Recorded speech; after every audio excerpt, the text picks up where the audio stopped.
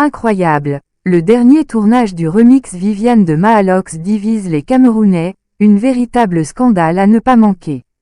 Découvrez les détails chocs dévoilés. Bienvenue sur notre chaîne, n'hésitez pas à nous rejoindre en vous abonnant, pour cette fois les nouvelles sont tristes et choquantes. Préparez-vous simplement à le suivre jusqu'à la fin parce que Viviane fait vraiment des dégâts. Alors, le remix du classique camerounais Viviane connaît un succès fulgurant mais suscite aussi des vagues de critiques intenses. À l'origine, cette chanson avait été popularisée dans les années 2000 par le chanteur Prince Aimé, une icône de la musique camerounaise. Depuis, Viviane est devenue un symbole de la scène musicale camerounaise, riche en émotions et en culture.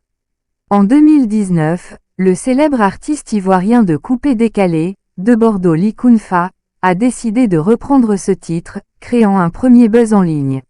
Cependant, en 2024, De Bordeaux a intensifié son projet en lançant un clip vidéo, après avoir reçu l'autorisation officielle de Prince Aimé lui-même, qui lui a donné sa bénédiction pour la reprise. Les Camerounais sont partagés. Certains y voient une forme de reconnaissance pour la culture musicale camerounaise et saluent De Bordeaux pour avoir remis le morceau au goût du jour. D'autres, en revanche, estiment que ce remix dénature l'original, emblématique d'une époque et d'un style bien ancré dans l'identité camerounaise. Le ton du remix et le style coupé-décalé, très différent de la version authentique, divisent ceux qui auraient préféré que cette chanson reste inchangée, comme un héritage sacré.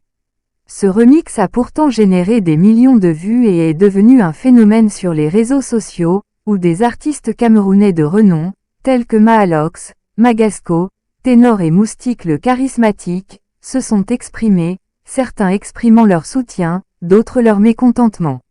Sur le plan juridique, les droits d'auteur sont un point sensible. Au Cameroun, les œuvres enregistrées auprès de la SONACAM, Société nationale camerounaise de l'art musical, sont protégées, et Prince Aimé détient officiellement les droits de Viviane. Cela permet à De Bordeaux de procéder avec son remix en toute légalité, bien que la question de l'authenticité culturelle soit mise en avant par de nombreux critiques. Pour beaucoup, même si la loi permet cette reprise, cela ne respecte pas l'esprit de la chanson d'origine, perçue comme un hommage à l'héritage local camerounais. Ce débat illustre une réalité plus large sur l'appropriation culturelle et la façon dont des classiques peuvent être perçus lorsqu'ils sont réinterprétés par des artistes d'autres pays.